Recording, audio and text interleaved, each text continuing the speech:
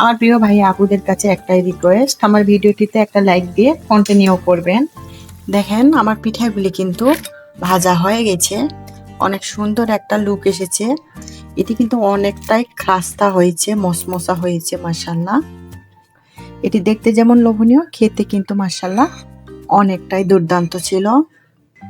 Hi guys, আসসালামু আলাইকুম রহমতুল্লাহি ওবারাকাত। Welcome back to my channel Mariam's blog.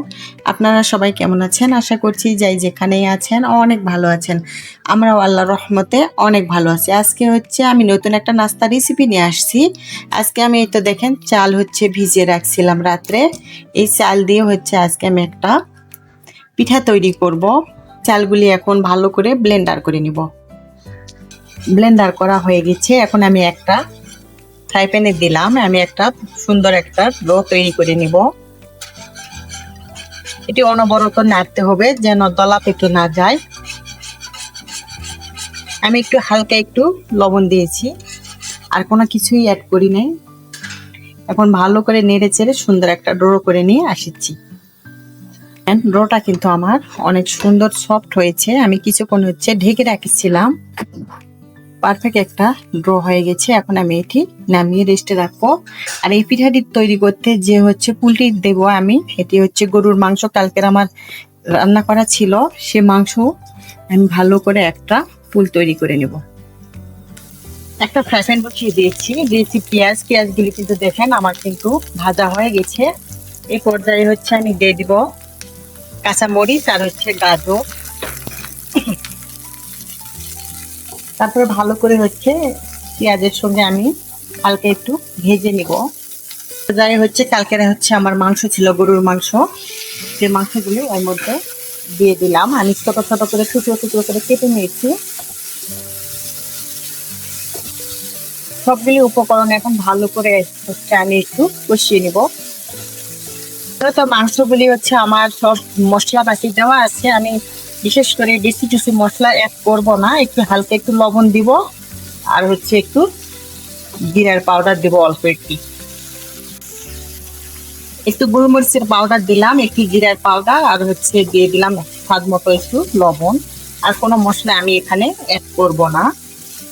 তারপরে ভালো করে সবগুলি আমি হচ্ছে একটু হালকা একটু ভেজে নিব।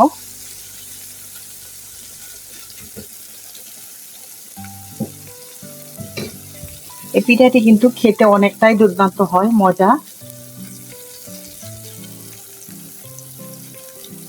পিঠাটি কিন্তু ভালো করে আমি হচ্ছে মেখে নিচ্ছি। দেখেন অনেক সুন্দর কিন্তু সফট হয়েছে। এখানে কিন্তু আরো অর্ধেক আছে, আমি অর্ধেক পরিমাণ নিয়েছি। আমি একটু আটা দিয়ে ভালো করে হচ্ছে একটু মেখে নিচ্ছি।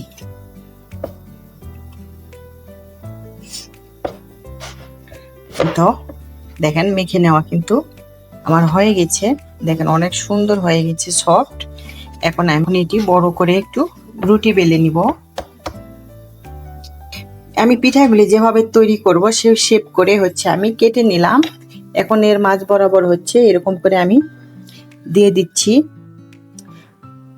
মাংস। আর হচ্ছে মাংস পুরটি এভাবে আমি মাঝ বরাবর দিয়ে দিচ্ছি।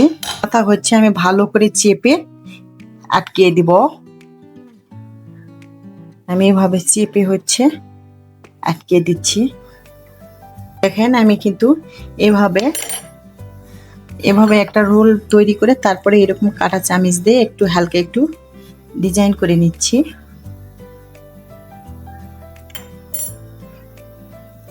দেখেন এভাবে হচ্ছে আমি সবগুলি পিঠা তৈরি করে নিব।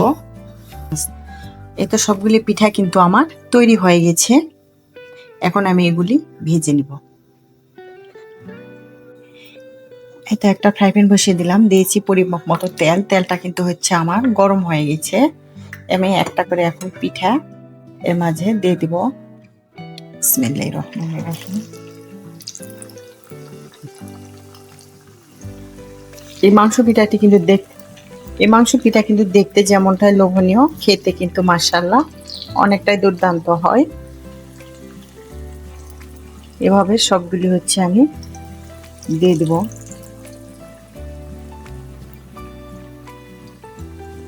এই পর্যায়ে কিন্তু চুলার হিটটি কিন্তু মিডিয়াম টু মিডিয়ামে রাখছি। হাই হিটে দিবেন না, তাহলে কিন্তু তাড়াতাড়ি কিন্তু হচ্ছে পুড়ে যাবে। তাড়াতাড়ি উপরে কালার চেঞ্জ হবে কিন্তু ভিতরে কুক হবে না। আগে কিন্তু নিচের পাটটা ভালো করে হওয়ার পরে তারপরে কিন্তু উল্টিয়ে দিতে হবে। তাড়াহুড়ো করবেন না, তাহলে কিন্তু ভেঙে যেতে পারে।